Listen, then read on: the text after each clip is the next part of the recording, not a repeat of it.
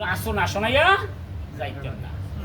না তখন চলছে তো মনে হয় হাত লাগে। কারণ আমরা সূরা আসর সবাই পারি তো, কারণ এটা তো আমরা সবাই নামাজের সময় পড়ি নাকি, ছোট সূরা হিসেবে নাকি তুমি সত্য করে ছিল পড়তে। তো আর সত্য করে পড়তে হলে আপনি কোরআন পড়া না জানলে আপনার মধ্যে যে শব্দ আসবে না, এটা বাংলা না যে আপনি সিটাইগা ভাষায় কইলেন, সিলেটের ভাষায় কইলেন, ঢাকায় ভাষায় কইলেন নাকি কুমিল্লার ভাষায় কইলেন নাকি কোনো সমস্যা নাই, গুণইব।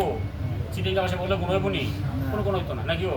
কিন্তু সূরা আসর আপনি যেভাবে আল্লাহ পাক কোরআন নাযিল করছেন এভাবে কি আমাকে পড়তে হবে, না পড়লে কঠিন গুনাহ হবে। যেমন হাম্মালাতাল হাতাব, সূরা লাহাবের শেষে সূরা তাব্বাতের বলে আর কি। এই যে আমরা বলে হাতাব, হাতাব বলে এক শব্দ আর হাতাব বললে সহি শব্দ।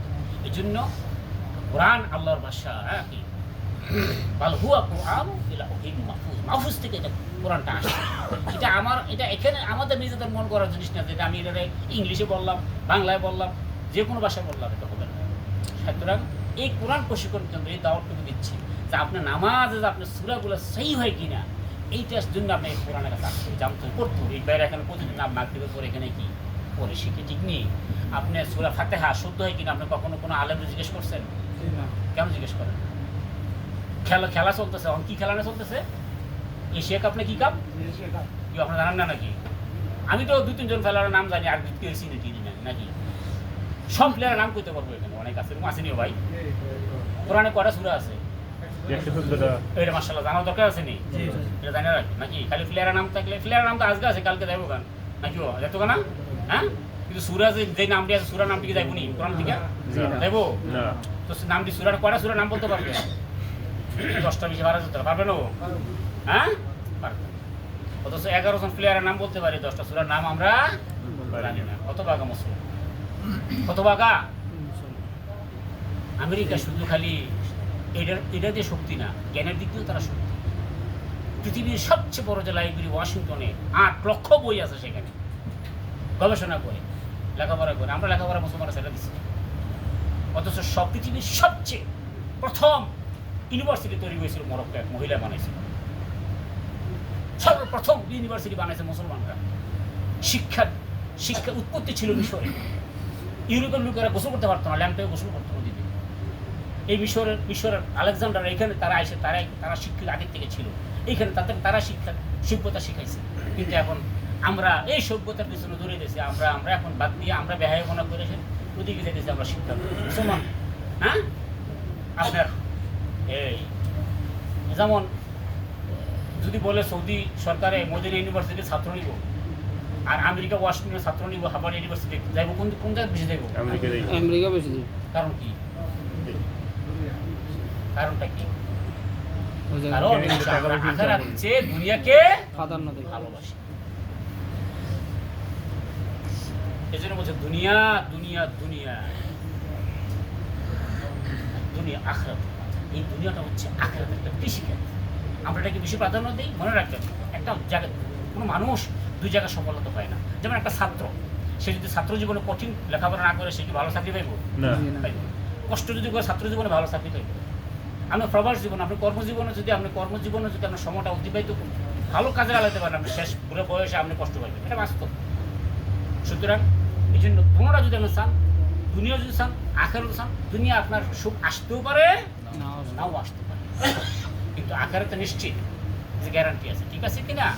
এরপরে যে কোয়ালিটির কথা বলছে, 3টা কোয়ালিটি বললো। একটা বলছে ঈমান আনো, তারপরে আমিলে সলিহাত, এরপরে কি বলছে তাওয়াসাউ বিল হক, নাকি হক করো, হকের দাওয়াত দাও, হকের কথা বলো, হকের পরামর্শ দাও, নাকি সব কিছু দিতে আপনি হকের পরামর্শ, আপনি হকের পদ্ধতিতে থাকেন, আপনি যে কোনো পরামর্শ আপনি দিতে পারেন হকের পথে দিলে। যে যারা ভালো মানুষ আছে এইগুলো যেন আমার পূর্ণ সত্যবাদীদের লোকের সাথে থাকো, এটা একটা আপনার হক। চাই ভালো মানুষের থাকবো, নাকি এমন নেতার সাথে থাকবো যেই নেতা নাকি এক লোকে আমার কাছে আসছিল, বা ভাই আমার নেতা নামাজ পড়বো, তা আমার তো উজু নাই। আমি কি করলেন? আমি যদি এখন উজু করতাম যাই তাহলে আমি আমার জায়গাটা হবো না, নেতার কাছে বসতে পারবো না। আমি কি করছেন? আমি নামাজ দাঁড়ালি উজু করতে গেলে তোর জায়গা পাবো না নাকি, আরেকজন এখন দখল করে নেবো নাকি? আমি কেন উজু নামাজ পড়বো? আমি কি করবো? নেতার কাছে থাকতে দেবো আমার। এই কোরআন হাতে বলতেছি নাকি মিথ্যা কথা? বিশেষ ও তো সারা নামাজ দাঁড়ালিস, ঠিক আছে কি? আর 3 মিনিট সময় আছে না, যা যা। এই জন্য কথা বলতেছিলাম, আর এমন নেতার সাথে চলবেন যারা 5 ওয়াক্ত নামাজ আদায় করে। সত্য কথা বলে, ভালো কাজ করে নামাজ পড়ে দিনের পথে চলে, দুর্নীতি করে না, চুরি করে না, মিথ্যা কথা বলে, এরকম নেতা আছে না নাই বাংলাদেশে? তার সাথে থাকা মানে আল্লাহ রাসূলের সাথে থাকা। এই জন্য আল্লাহ কি বলছেন, আল উলামা ওয়ারিসাতুল আম্বিয়া, যে আলেম যারা উলামা তারাই হচ্ছে কি আমার উত্তরাধিকারী, আমার কি উত্তর। সুতরাং আমরা কার সাথে থাকবো? চিন্তা করে দেখ, দুনিয়া যার সাথে চলাফেরা, কিয়ামতও তার সাথে কি চলাফেরা। এখন আপনি যদি খারাপ লোকের সাথে থাকেন, বেনামাজের সাথে, বেনামাজের লোক আপনার হাসর উঠতে, নামাজের লোকগুলো থাকলে নামাজ। সুতরাং আপনারা নামাজের লোকের সাথে থাকলে, হকবাদী লোকের সাথে থাকলে, হক প্রতিষ্ঠিত, আপনারা কি হক প্রতিষ্ঠিত চান কি চান না? হক প্রতিষ্ঠিত মানে কি? মদের দোকান কি, তারপরে মহিলার ব্যবসা, সুদের ব্যবসা, চুরি ব্যবসা, দুর্নীতি, চাঁদাবাজি, এগুলো কি হক? যে ব্যবসা চাঁদা চায় লাখা জমান থেকে কামাই করে আমার দিচ্ছে, চিন্তা করছেন? হ্যাঁ, লাগে আমাকে কামাই করে কি করে আমারে ঠিক নেই। আবার এটা তো চাইয়ে নেয় নাকি, আমার কাছে না চেয়ে নেয়, জোরে দিয়ে থাকে নাকি? আবার মুসলমানের সঙ্গে করতে হবে। যারা হক প্রতিষ্ঠিত করতে চায় তাদের সাথে আমরা আছি কিনা নাই? যদি আপনি না থাকেন হাসরের ময়দানে আর সংক্ষিপ্ত সুন্দর করে বোঝাইতেছি। মনে করেন আপনি এক লোকের মেম্বার বানাইছেন, কি বানাইছেন? মেম্বার বানাইছেন। সে একটা ভালো কাজ করছে, আপনি সব পাইবেন নি? পাইবেন? ও সবাই আপনি বলেন না পাইবেন? পাইবেন? আপনি মাথা না জোর মুখে বলতে পাইবেন? হ্যাঁ, একটা মেম্বার চেয়ারম্যান বানাইছি, সে যদি ভালো কাজ করে তার সোয়াব পাবো, আর সে যদি একটা দর্শন করে আপনি নিবেন নি? মাথা তেমন কিছু বলেন নাই, নিবেন নি? কেন নিবেন না? আপনি কেন নিবেন না? নিতে হবে আপনাকে। আপনি সাইন্টিফিকলি যদি আপনি চিন্তা ভাবনা করেন, আপনাকে নিতে হবে। কারণ সে যে ধর্ষণ করছে, সে তার ব্যক্তির ক্ষমতায় করে না, সে চেয়ারম্যানের ক্ষমতায় করছে। একদিকে ব্যক্তি এবং চেয়ারম্যান এক জিনিস না, ব্যক্তি এবং চেয়ারম্যান কি এক জিনিস না। অনেকে বলে না আমার ক্ষমতা আছে, তার অর্থটা কি? আমার শক্তি আছে হাতে, এরকম কথার অর্থ এরকম? আমার ক্ষমতা আছে, কথার অর্থটা কি? তুমি এমন কিছু আমার ক্ষমতা আছে যে আমাকে কেউ ক্ষতি করতে পারবে না, আমাকে আঘাত করতে আসলে আমাকে 10 জন আমাকে করবে, রক্ষা করবে, আমার শক্তিটা আমি বাঁচতে পারবো, এর উপর অর্থ কথা এরকম না। তাহলে বোঝা গেল, যিনি ভালো কাজ করবেন তার সবটা যখন দিতে হবে দিবেন, খারাপ করলো, গুনার কাম করলো, চুরি করলো, আপনি নিতে হবে। কারণ তাকে আপনি ক্ষমতা দিয়েছেন, সেই সুযোগটা সে ব্যবহার করতেছে। অবশ্যই আমার কথার ভিতরে যদি অযুক্তি থাকে আপনারা বলবেন, অযুক্তি থাকলে বলবেন নাকি?